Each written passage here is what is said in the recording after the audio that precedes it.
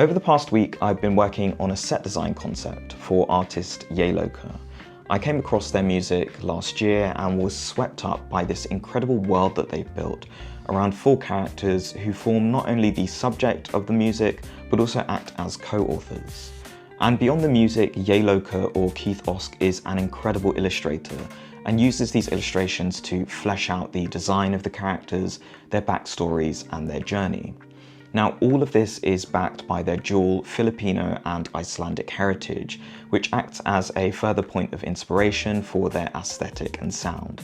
And all of this makes them an incredible artist to design for. Once I had chosen Yaelokre for this design, I needed to decide on a site, and I selected the Camden Roundhouse in London. It felt like the perfect place for a week or more long residency rather than just a one-off show, and the set was designed with that in mind.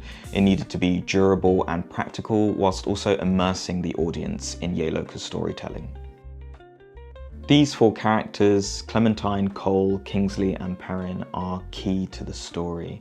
And I really like this image because it provided me with a view of all 4 characters that Yaelokre has designed, as well as the opportunity to draw a swatch from it. And I can use this swatch to then inform the colours for the different drapes or set dressings and architectural elements as well.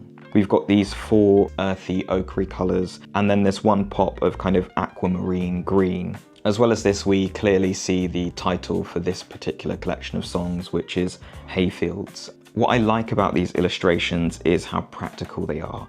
All of the materials and the instruments feel very real. There's no magic or wisps or sorcery as such present, and so that needs to also inform the design and the lighting as well. We see a bit more of in the design is this curtain or this drape, which just hangs in from the side over here. I like the idea of bringing the audience into a part of the design that hasn't quite been fleshed out yet. This provides a kind of Easter egg for the design that I later went on to produce. To further inform the design, I did a deep dive into Filipino folklore, Icelandic landscapes and natural phenomena. And for the Filipino artifacts, I mainly looked on the Mapping Philippine Material Culture website. In particular, although I've got quite a few here, I was mainly interested in the fabrics. And this particular silk cotton fabric that we see here becomes integral to the design for the drapery. Other things like rice terracing that you see in the Philippines feeds more into the architecture and overall design of the structure of the set, as well as some of the elements of Icelandic landscapes. So this kind of lava formation that's been grown over, all these kind of valleys with tiny houses nestled in them. Also looking at things with more earthy tones, although I had lots of images of wheat and hayfields, it felt like a bit of a one-liner to end up with a set that was just covered in hay or wheat. And I had also found that Kanye West has done this fairly recently.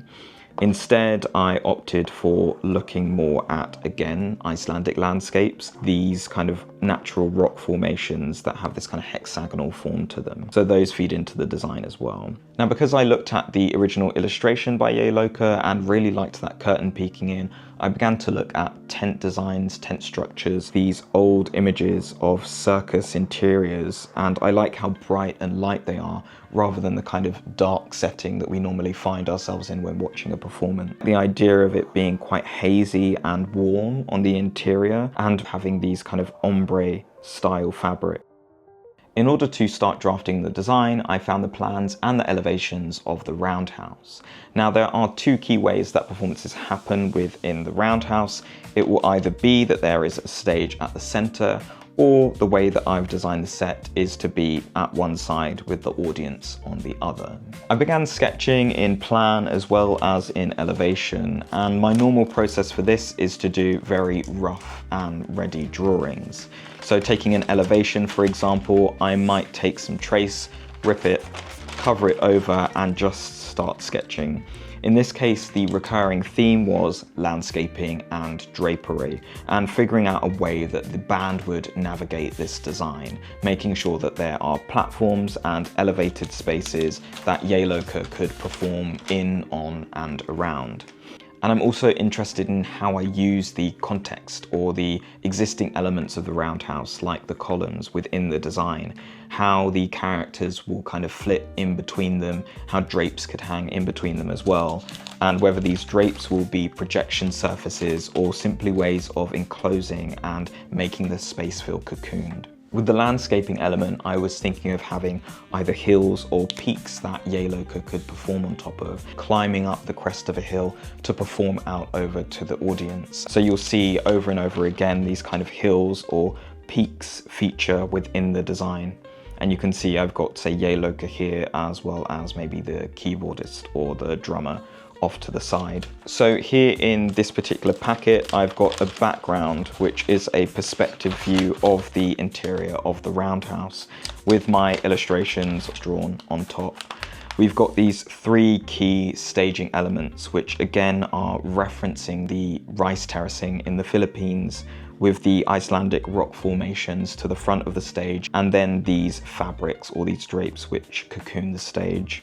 And I went on to refine this a little bit more with an overlay. And of course, over that, I was thinking of how we might play with shadows and lighting. So here is just a quick sketch over of these drapes that might kind of pull up to reveal the performers behind them at the beginning of the show, perhaps.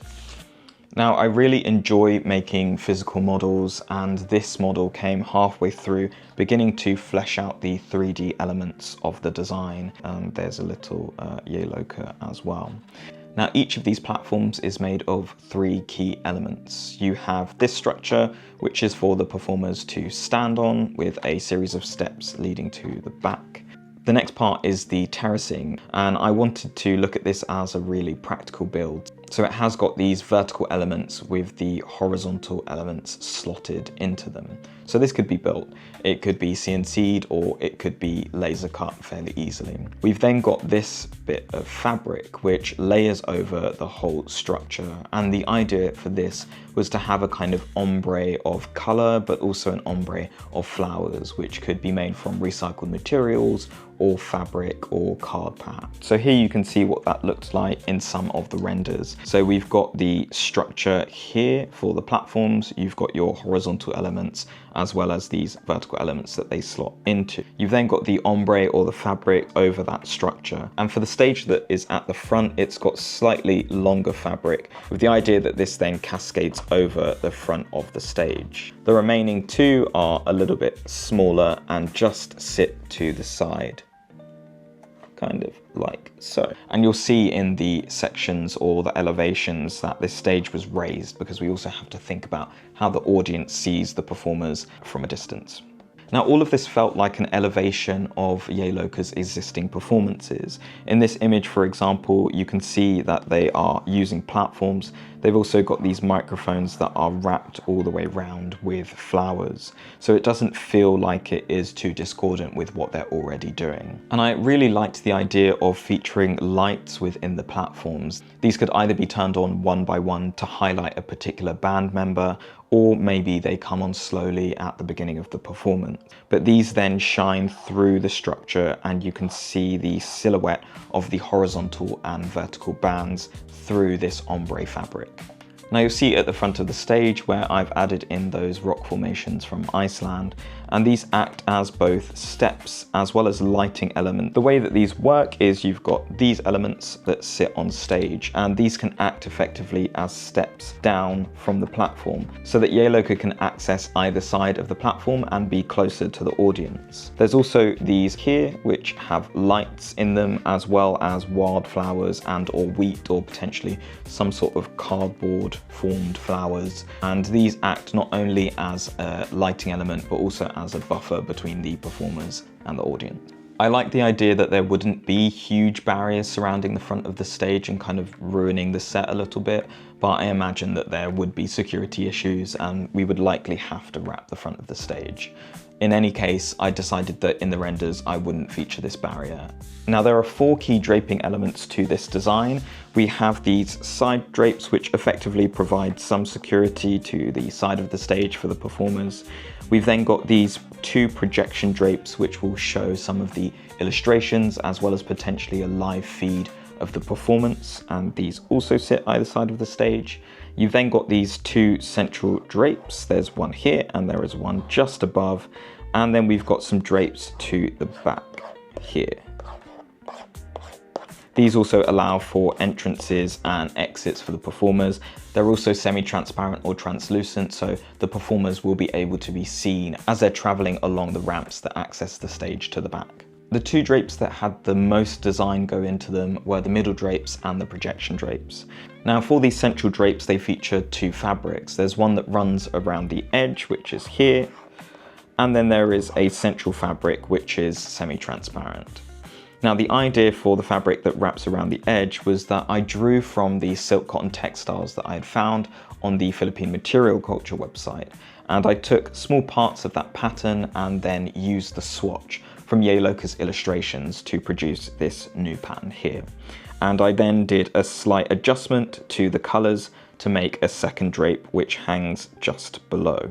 I really liked the idea of incorporating more of Yaelokre's heritage into this design, also providing a point of inquiry for fans and audience members, grounding the design in all of the practicality and tactility that's already present within their illustration. For the projection drapes, these were designed to have a slightly more restricted form. So these actually feature a bar that runs along the bottom and the top to define the shape of the fabric. This is then kind of stretched and you can see some of the tension lines. For these, I like the idea that they have a bit more of a shape to them, and when they're projected on, that projection won't necessarily be flat or straightforward.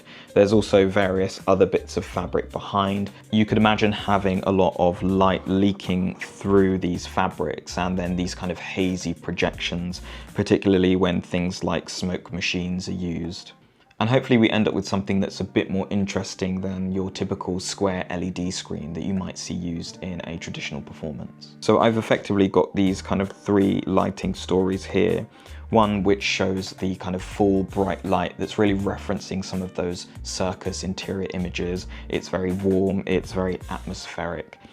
You've also got other lighting conditions where maybe we're just highlighting Yaelokre with the band silhouetted behind, and you can just kind of see the glow of the rock formations at the front of the stage. Or other lighting conditions where perhaps we've just got a very strong spot on Yaelokre where the band also have spots but are slightly more dimly lit. And then we've got these Icelandic rock formations that provide a bit of a glow to the front of the stage. And then we've got another lighting story where we've got our aquamarine colour as a backlight, that contrasting colour to all of the earthy tones that feature both within this set design as well as in the costumes of each of the performers. And then you can see with all of this dramatic lighting how interesting it would be to have these kind of hazy, dreamlike projections pop up on these two floating pieces of fabric.